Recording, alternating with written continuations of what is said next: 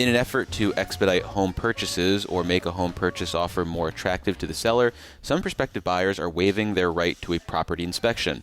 But some Democratic lawmakers in New York are looking to restrict what kind of contingencies can be negotiated between a potential buyer and seller, with legislation floating around Albany requiring disclosure of inspection rights, as well as establishing a right to home inspections following the quote-unquote execution of a purchase agreement.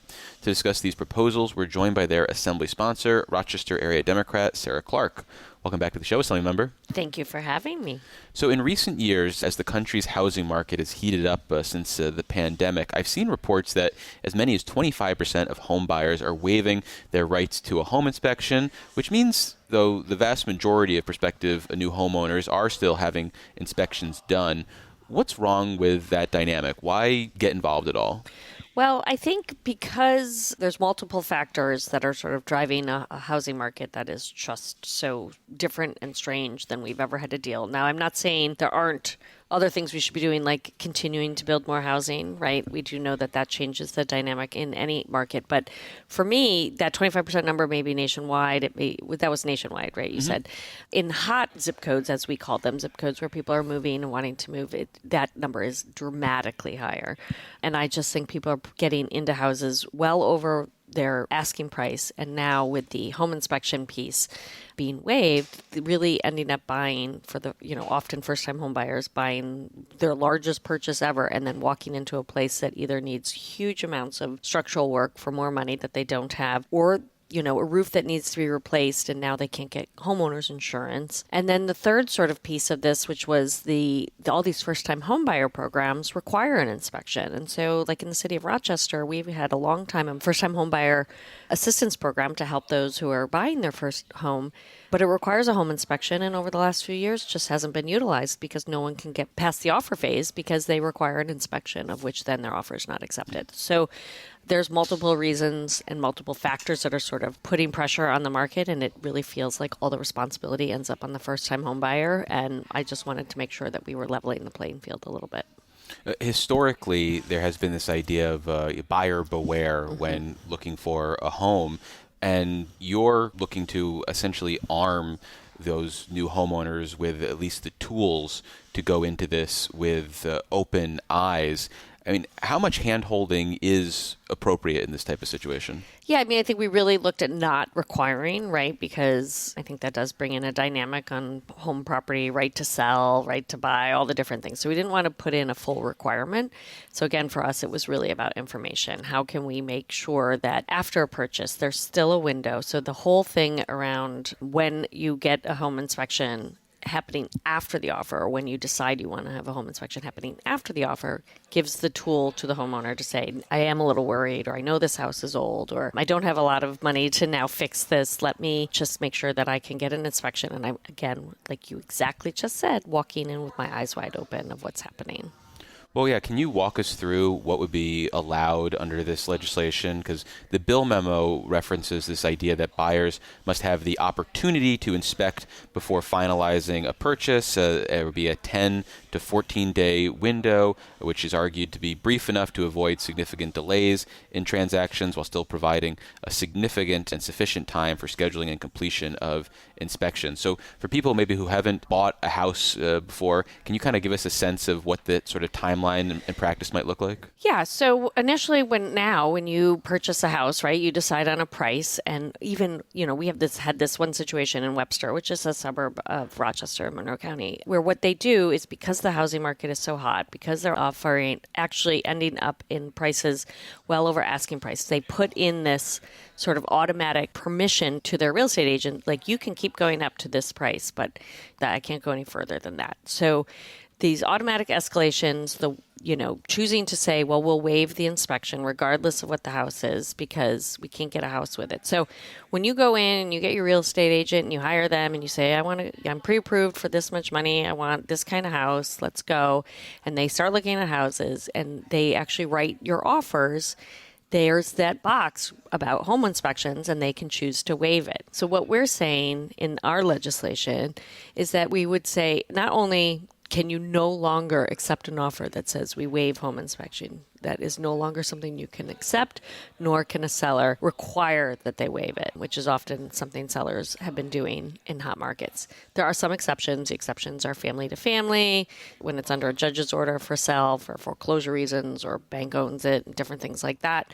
So we did put in some contingency language for certain purchases, but the goal is now you're putting in your offer, you're deciding on how much you are willing to pay and what you can pay to get this house. And if that offer is accepted, you then have a 10-day window to say, now I want an inspection. There are often negotiations after an offer has been accepted anyway, right? Sometimes home buyers or home sellers allow you to go look at a house, or you've done a walkthrough, or you remember what the house looks like from when you first were looking at it to purchase, and you remember there were certain things that you saw, and you can say, oh, let's negotiate some buybacks on the roof. None of the appliances were working, or whatever it may be, and you can sort of negotiate it. We're putting in a more formal process to say, now you have the right to say, I'm hiring a home inspection. The seller has to allow access. And then, but the point of that home inspection then is it is private information to the buyer. And the buyer can then negotiate based on what they find, decide to go forward with doing nothing, or walk away and say, there's too many issues here. The one thing we had to be sure of is that it doesn't then fall back on the seller. You don't have to share anything out of the inspection to the seller. The seller won't have to use that information as they move forward to look for a new buyer if you walk away. So there's like all these protections in it, but the whole point of it is to really give eyes wide open, a chance for home buyers to really know what they're walking into with what we all know is usually their biggest purchase ever in their lifetime. But just to be clear, there's nothing that would preclude someone from saying, yeah, I'm interested in your house, and if you don't submit to an inspection right now as part of my interest in it, I'm just going to walk away. I mean, no one's forcing anyone to buy a house. I mean, it's just a product of the demand in the market right now, right? It's definitely a product of the demand. And I think but the problem is all the responsibility is going on to the home buyers. And if you are to even the playing field a little bit, I don't think saying that there's an option to get a little more information. Remember, home sellers only have to disclose what they know about the house. So often maybe they don't even know there's something looming that could be wrong with it. So I don't think, number one, we're not even requiring the inspection, so you don't have to do it. But I think having a little more information in the process isn't a bad thing, regardless of whether or not you don't have to buy a home. And so many of these issues, structural issues, roof issues, all those kinds of things are often things that the average person may not know. So I don't see, no one's required to buy a house. But at the same time, I think giving a little more information in the process is a worthy cause.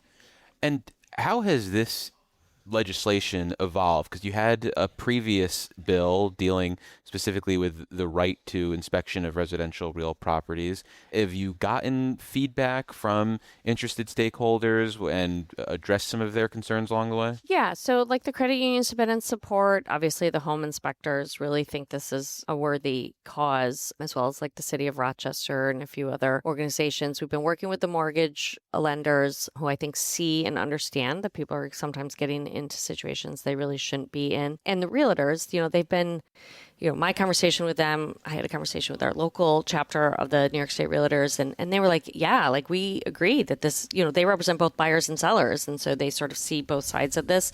And they did as long as they get paid. Well, it is their job, but they definitely wanted some clarifying language around if someone does walk away based on inspection, does the seller then have to disclose what was in the report? So we ensured that report remains private to the potential buyer, and other things around looking at how long the period is, whether it's 5 days, 10 days, and how you negotiate or walk away, or what kind of language you put in there to ensure that it's fair for both sides. So we've tried to really address a few of their concerns, but I think in theory they really, really understand why we need it.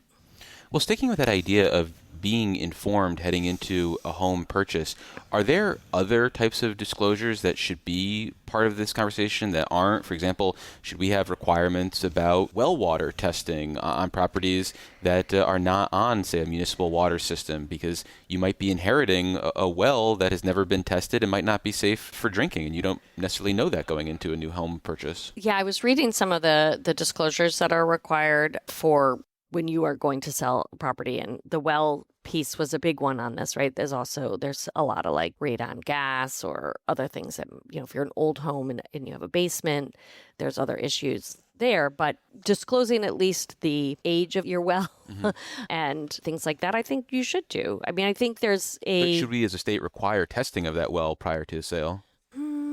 I mean, I don't know. I guess if it's something you could do, yeah, I guess I would have to, in terms of just requiring it, have to understand the process a little more about what we're doing now and how we're doing it. But yes. Could it be approached the same way as inspections, saying you have to know you have a right to inspect a well, and you can waive that right if you've, weighed all the different possibilities and yada, yada, yada? Yeah, I could definitely see that because that's literally your drinking water. Someone not having access to, I've always lived in the city of Rochester, so we've always been on municipal water, which is convenient. You don't even think about those things, but there are a whole swath of our state that are living on well water. And if you are not able to access water, you're really in a big jam. So, I think there are things like that where we could really start to look at making sure, again, it's not that we require anything. It's that people know what they're walking into. I think there needs to be a little balance to this whole, and I get that the market may regulate and it may switch back, but if it does,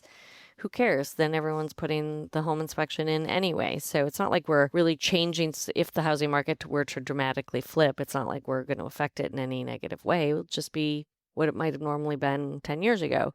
But it's really to protect in this kind of market, making sure that the playing field's a little more level. So I think looking at stuff like well water is really important for those who depend on it. Well, unfortunately, that's all the time we have for this conversation. We've been speaking with Assemblymember Sarah Clark. She is a Rochester-area Democrat. Assemblymember, thanks so much for making the time. Thanks for having me.